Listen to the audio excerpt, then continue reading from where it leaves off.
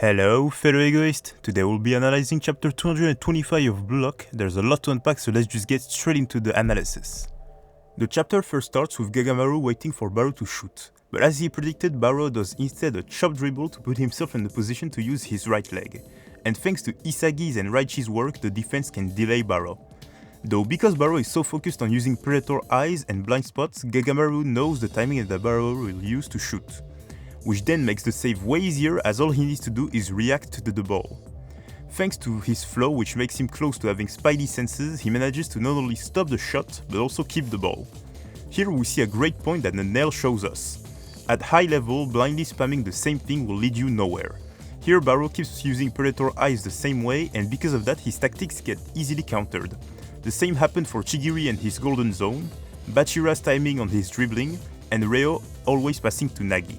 In that sense, Baru still hasn't become a true goal hunter with multiple options, even if his shots are insane, and this one was one of the world-class shots you would expect out of a great striker. Now Baru lacks the mindset to become exactly that. With Gagamaru's insane save, Bastard finally stops the tempo that Ubers had set on the field. The guardian deity of Japan has set his eyes on only one person, the new ace of Bastard Munshin, Isagi Yoichi. With Yuki and Noah, Isagi has found himself in the perfect position to end this match.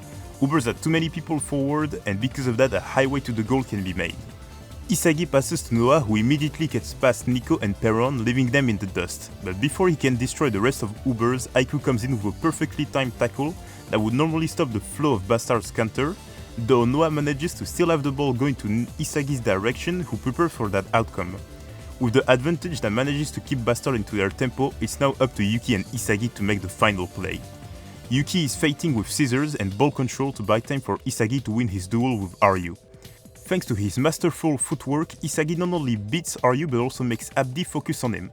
That small frame of time where Abdi looked away gave enough space for Yuki to make a pass to Isagi, though instead of going for the idea that Isagi had in mind, which was a fast pass to Isagi's feet, he instead went for a lob, which is a half a second too late, giving time for Snuffy to headbutt the ball away, which gives Bastard a throw-in, but also kills their counter-attack.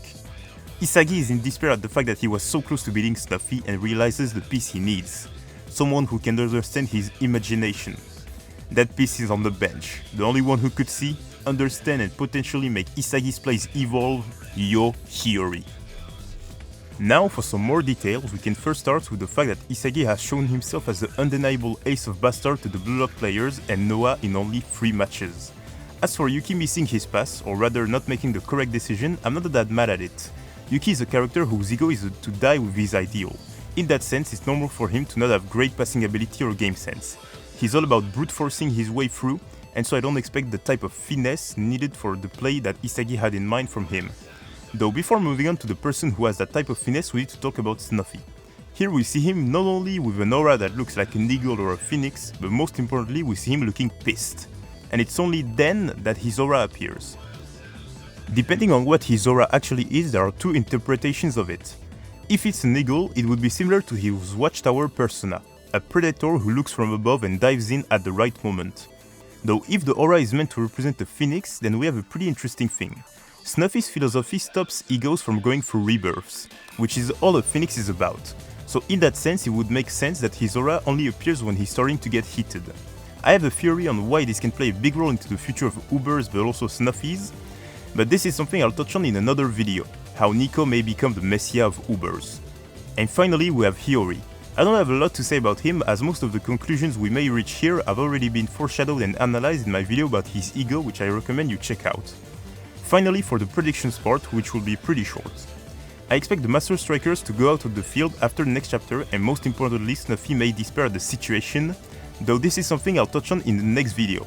Next chapter is titled Letter of Resignation. I realistically see only 2 people who this could lead to, Nico and Baru leaving Uber's work philosophy to follow their ego. Though I see Nico to be the most likely and Baru following him. I know this may be annoying by now, but I'll explain it in more details in the next video. And with all that, I hope you enjoyed the video. If you have any questions to ask me, go check out my Discord server and ask them to me directly there. Would be a pleasure to discuss with you and everyone there. And finally, we're finished with the video. I hope you have a great one, fellow egoists.